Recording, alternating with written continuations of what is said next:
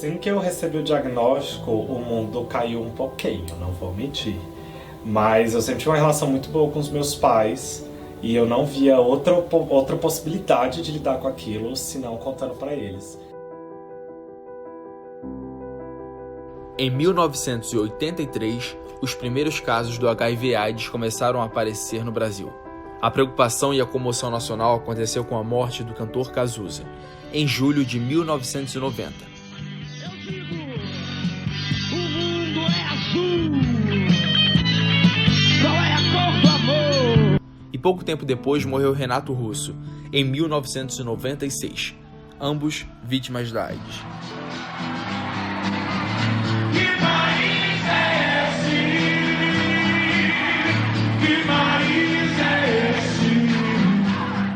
O que mudou em relação à descoberta da doença nos anos 80 e nos dias atuais é justamente a sobrevida. Na década de 80 nós não tínhamos nenhum tipo de tratamento, então todas as pessoas infelizmente evoluíam para óbito.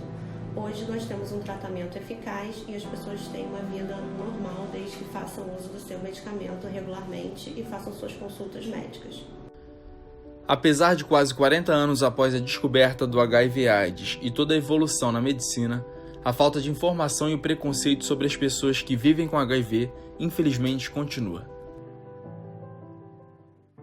Convivo com HIV desde 1994. Eu trabalhava numa empresa, em uma multinacional, e eu precisei contar, e eles me ajudaram muito. Eu recebi todo o respeito, todo o sigilo. Demorei um pouco para contar para minha família e para todos os meus amigos, com medo do preconceito, mas mais do que com medo do preconceito, eu queria entender o HIV. Fui diagnosticado com HIV em dezembro de 2013 e atualmente eu falo abertamente sobre minha vida com HIV no canal Projeto Boa Sorte do YouTube. Quando eu fui diagnosticado com HIV, eu me senti muito perdido, porque eu achei que fosse uma doença que fosse me matar, eu quis reduzir isso, só que com o tempo eu comecei a entender, e com a ajuda de pesquisa na internet, com a ajuda de profissionais da saúde e alguns amigos, eu comecei a entender que não era o fim do mundo viver com HIV. Passei por um período de depressão, sim, como muita gente às vezes pode acabar passando, só que a gente não pode deixar se abater por conta disso. A gente tem que entender que o vírus HIV só é uma questão a mais na nossa vida, a gente não pode se prender a isso, fazendo com que isso torne um problema na nossa vida. Bom, quando eu descobri que eu vi meus exames, que eu fui diagnosticada com o vírus, no momento eu senti muito medo. Medo de morrer, medo de não conseguir lidar com a situação. Mas depois eu fui buscando conhecimento e vi que é bem tranquilo quando cuidado adequadamente. Descobri mais sobre o vírus, me cuido certinho e levo isso como uma superação mesmo.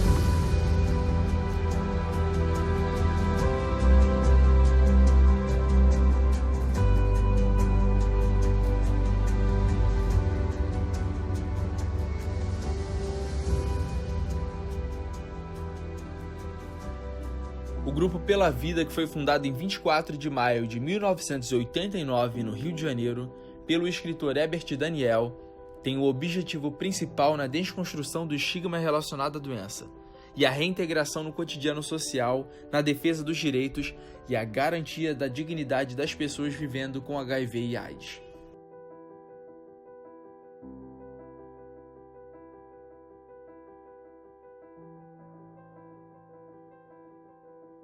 Eu cheguei no Pela Vida em 1994 para atuar como voluntário de um projeto chamado Disque AIDS.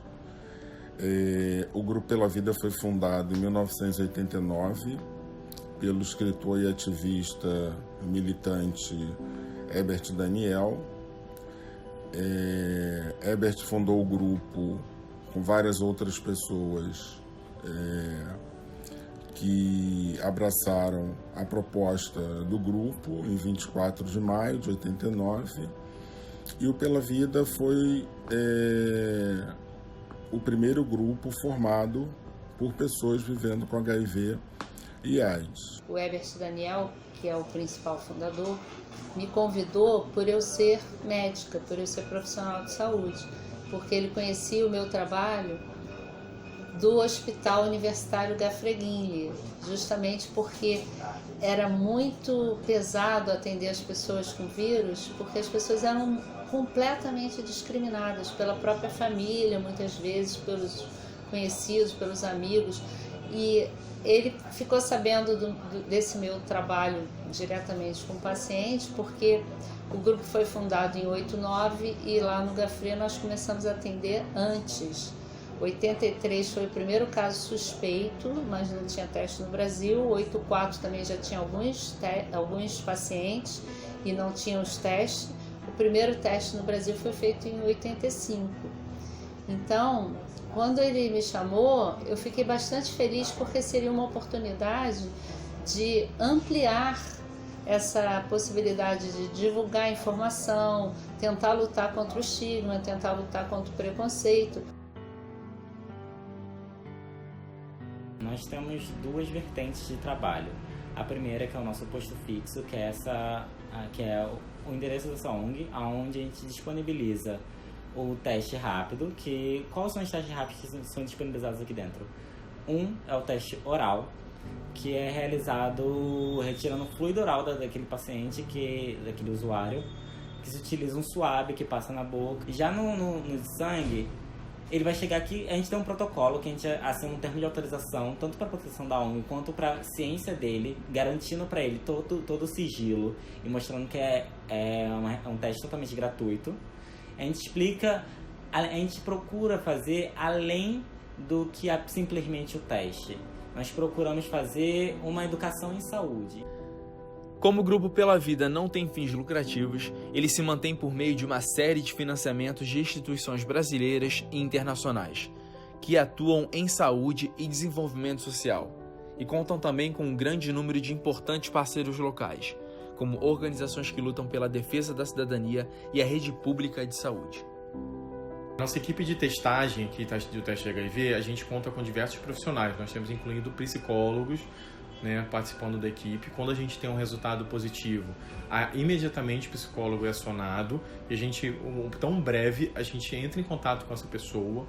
Se ela permitir, a gente vai estar, esse psicólogo, né, vai estar fazendo uma vinculação junto com os vinculadores, que a gente vai estar acompanhando essa pessoa durante todo o início do tratamento. Tá? Vai estar conversando, saber como é que ela está, primeira consulta, início do medicamento, a gente dá todo o suporte quando a pessoa permite. Meu conhecimento com o Grupo Pela Vida. Eu sou muito orgulhosa de dizer que eu sou uma pessoa que faço parte do voluntariado do Pela Vida. Eu tive o prazer de ser convidada por uma amiga minha de anos, chamada Juliana Silva. Ela me fez um convite de participar de uma reunião num grupo chamado Pela Vida. Eu falei, tudo bem, vamos. Quando eu cheguei aqui, fiquei encantada com Pela Vida, com todo acolhimento e tudo mais. E daí foi indo, e até então o Márcio, que é o coordenador do Grupo Pela Vida, Márcio Vilar, ele me fez o convite de participar dos projetos. Foram modificando os projetos e eu continuei no Pela Vida. E logo então, o que aconteceu? Eu tive um crescimento espiritual, um crescimento... Todo o crescimento aqui, principalmente o crescimento de alma, de espírito, eu tive uma boa desenvoltura. Eu sou soro positivo de transmissão vertical. Para quem não sabe o que é transmissão vertical, é quando a gente se infecta ainda quando bebê. Conforme eu fui crescendo, fui entendendo um pouco do que acontecia ao meu redor e vendo algumas pessoas, até algumas crianças assim como eu, que não queriam tomar o remédio e que viviam adoecendo, e diferente deles eu estava sempre bem, porque eu entendia de alguma forma que aquele remédio me fazia bem. Viver com HIV não é nenhum mistério, não é sentença de morte, muito pelo contrário, a gente teve muitos avanços na medicina. As políticas públicas que vieram em 96, trazendo a medicação, trazendo os nossos direitos, elas auxiliaram e ajudaram muito para que a nossa vida fosse normal, como a de qualquer outra pessoa que não tenha o vírus do HIV. A medicação nunca teve efeitos colaterais em mim e nem precisa ter em vocês. É importante fazer o teste para a gente se descobrir. O quanto mais rápido a gente descobre, há tratamento. O tratamento é acessível, é totalmente gratuito e te possibilita viver normalmente. Viver com HIV não me impossibilitou de nada na vida. Muito pelo contrário, eu namoro como todo mundo faz, eu saio, eu bebo, eu danço, eu me divirto.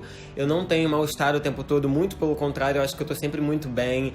Curto balada até de manhã, bebo, sempre tomando meu remédio no horário certo, e isso me possibilita fazer o que eu quiser da minha vida. Eu escolho sair para onde eu quiser, tenho amigos, eu namoro, faço de tudo um pouco. Por isso que é muito importante você fazer o teste. Quanto mais rápido descobrir, mais rápido você trata e continua a sua vida normalmente.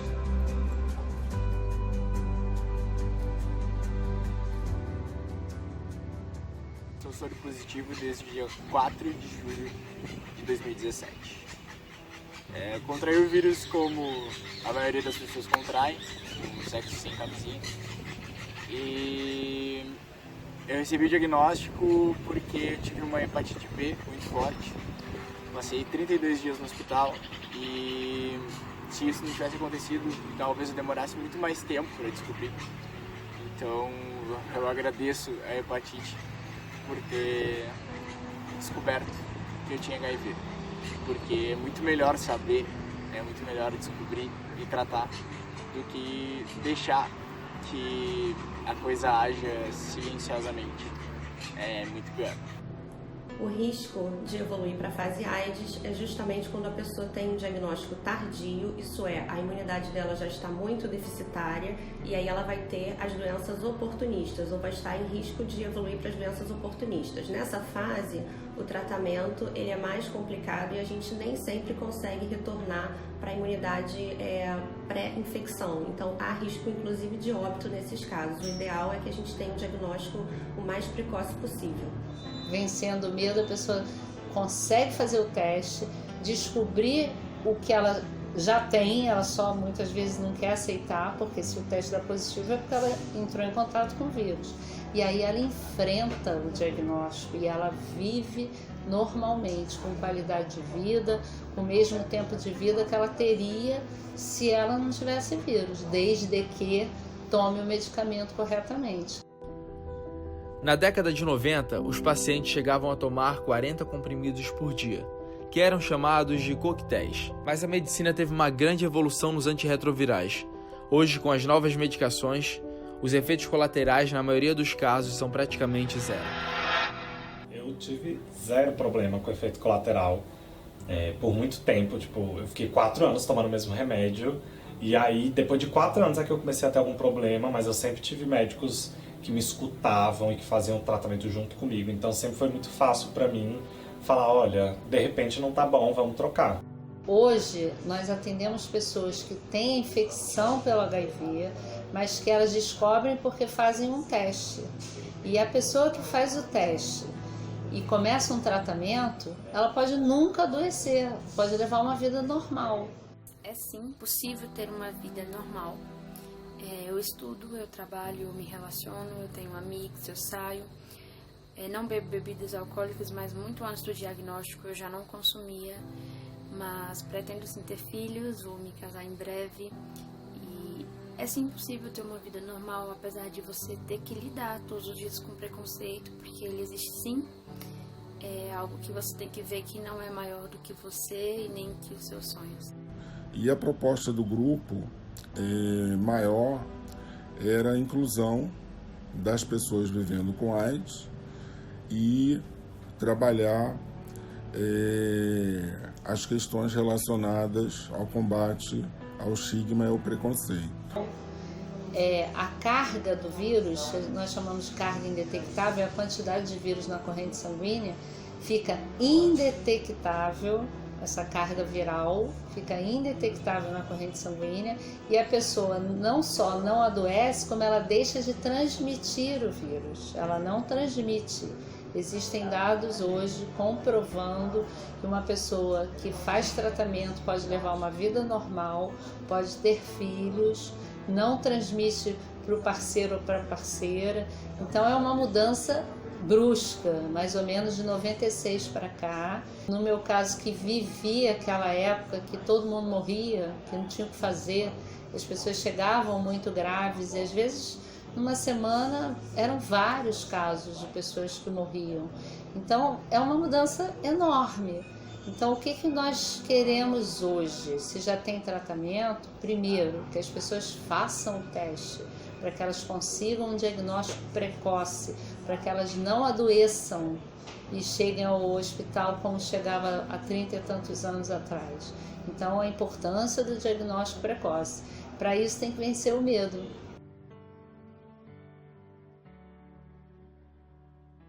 Meus irmãos, meus pais ficaram um pouco assustados quando eu decidi não esconder uma alteração de saúde que para mim é normal. Então eles ficaram um pouco assustados porque geralmente ninguém sai contando esse tipo de alteração de saúde.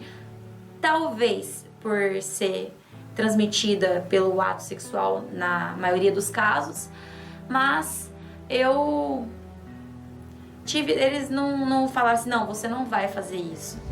E eu fui lá e publiquei, fui lá e comentei para ajudar pessoas que passam pela mesma situação que eu e têm medo. E na maioria delas, às vezes nem se cuidam por esse medo. Então, mais para ajudar pessoas mesmo.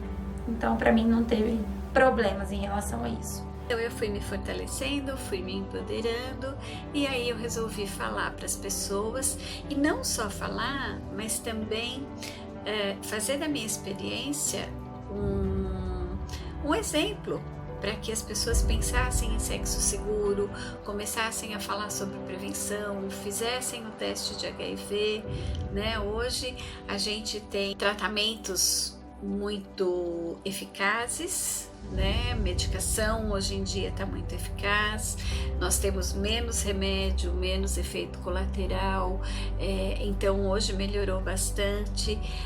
O tempo do teste é muito rápido, você faz um teste de HIV em 15 minutos, então eu diria que assim, muita coisa melhorou,